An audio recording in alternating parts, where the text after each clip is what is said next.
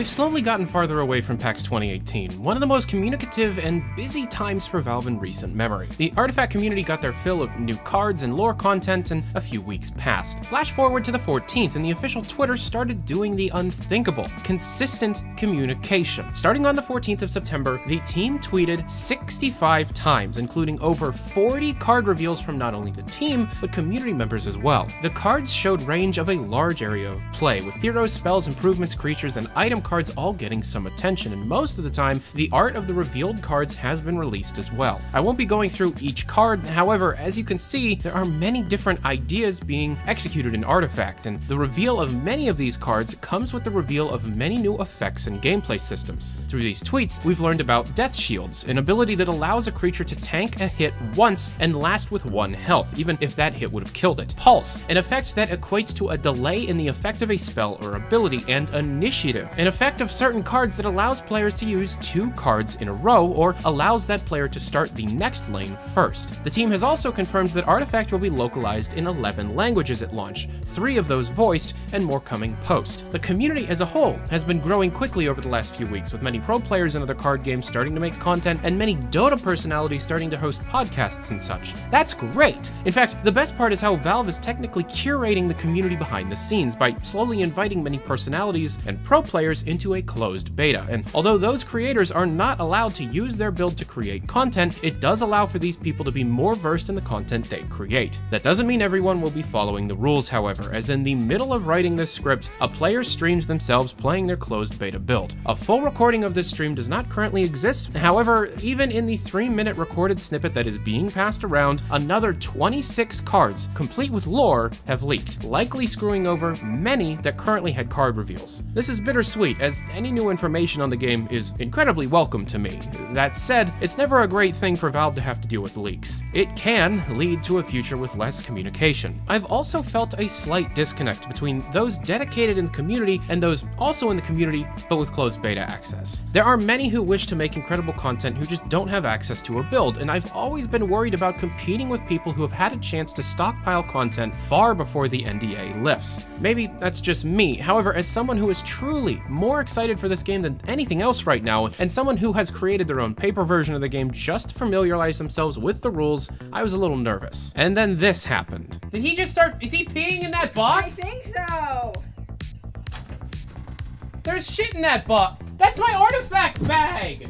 Oh, come on! A cat my fiance and I were fostering until a new home could be found for it, whom we named Weiss, peed in a box I had next to my desk filled with the Artifact merch I had bought off of eBay. I was devastated and incredibly embarrassed. Now, if you were there to watch the whole stream, I was very excited about the newly professionally printed Artifact cards I had made for myself for my paper game. The next day, I find out that an Artifact team member was sharing the clip of the incident, being Brandon Reinhardt, project lead of Artifact, the project lead. That day, I play another paper game on Twitch with my fiance, and afterwards, I get a random email with the subject line, Artifact, and it read, quote, "Couple things. We'll replace anything that was damaged by your cat. Let me know if you need a new bag, etc., and your mailing address. I'd like to get you into the beta early access, but it's under confidentiality. You'll have to agree not to stream or post content from the game that isn't announced. Finally, I'd like to hook you up with a card reveal. If you're interested in that, I can send you one later this week. Brandon Reinhardt." What followed was a conversation that resulted in an interview, card reveal, access into the closed beta, and an exclusive look into the early development of Artifact. In other words, I got Artifact beta.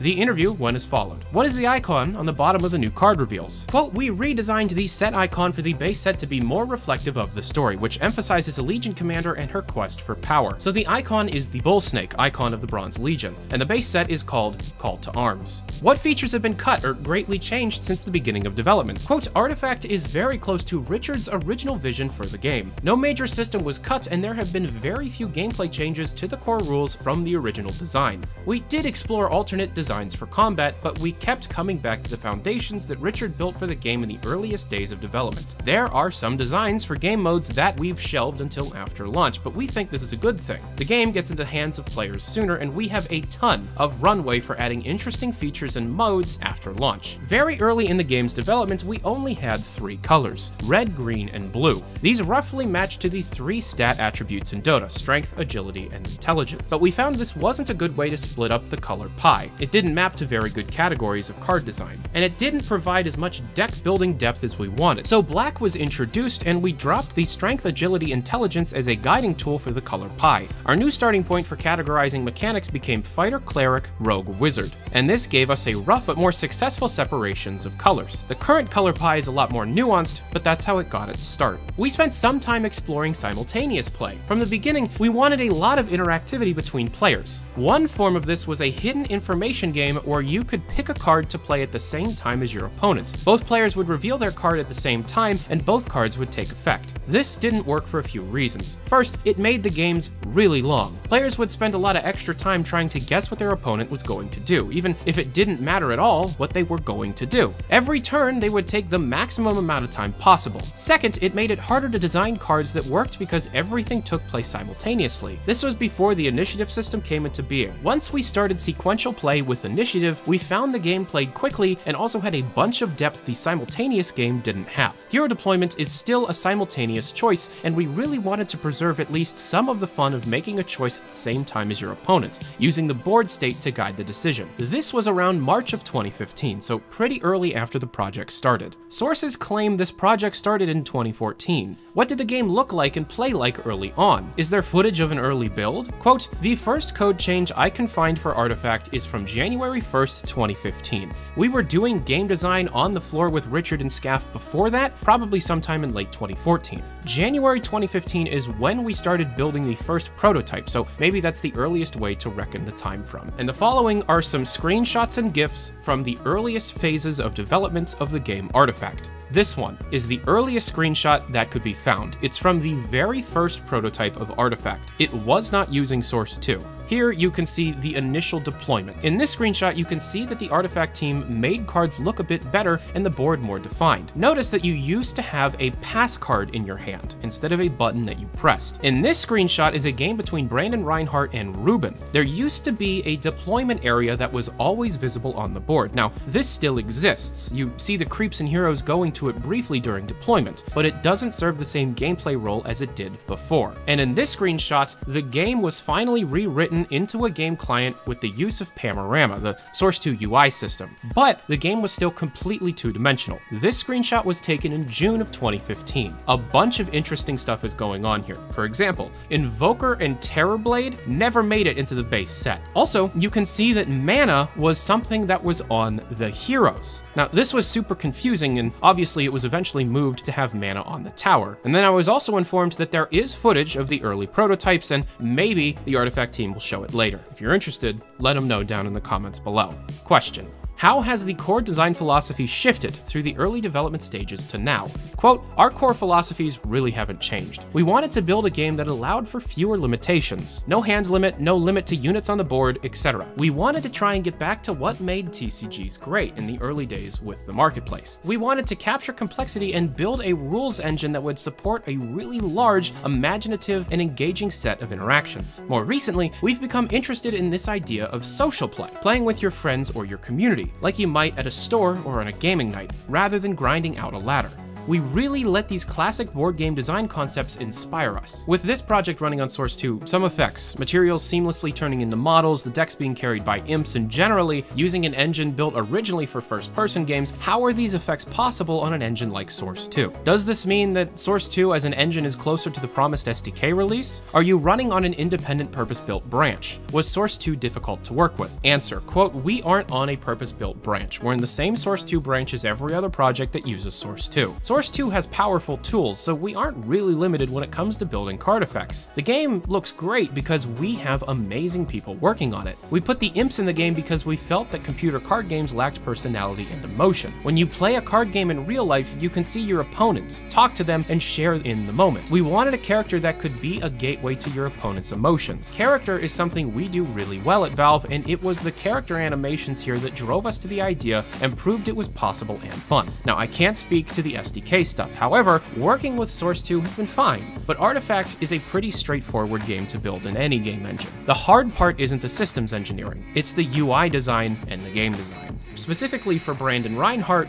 what brought you onto the project? Answer, quote, I was drawn to the project by the opportunity to work with Richard Garfield. I distinctly remember opening my first pack of Magic cards. I opened a Lord of the Pit. I was also drawn to the project by a core philosophy that motivated the team. This was a different kind of game from anything Valve had done before, so the challenge that represented was, and still is, exciting. What sort of rendering pipeline does Artifact use? Is it the same as Dota's, or is it completely new? Quote, we forked from Dota's rendering pipeline. Dota was a great starting point for us, and we do want to evoke the visual style choices of Dota, but we don't have the exact same feature requirements. It made more sense for the stability of both games if we developed our pipeline and shaders independently. What were the reasons the team decided to not allow the trading of the cards? Quote, we wanted to have a very simple starting point for our economy at launch. These screenshots you gave me of the development of the game show programs being called Steam Table. Where did this name come from? Quote, Steam Table was a very early codename for the project, back when we weren't sure what kind of game we were building. Once it became the Dota card game, we began referring to it as DCG. Only much later did it get the name Artifact. Mazzy was seen in a canceled co-op fantasy game in a concept art on a former Valve artist's portfolio. What was the process of moving that character, and will Artifact see any other characters from other unused projects or other Valve IPs? Quote, the character designers on that project came over to work on Artifact, and they brought a bunch of ideas and stories with them that they were excited about. Over time, those characters have changed and become fleshed out. The old RPG designs were very early, high-level concepts, but you might see some touchstones of those designs in parts of Artifact. That was my interview, and following that, I was given a card to reveal.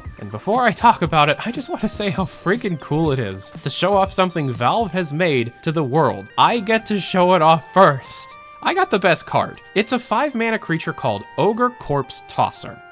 Ogre Corpse Tosser. It's a 2-attack, 10-health creature and deals 2 piercing damage to an enemy tower after an ally melee creep dies. It tosses the dead bodies of its allies into the enemy tower. I think the Artifact team knows who they are giving this card to. I love this card.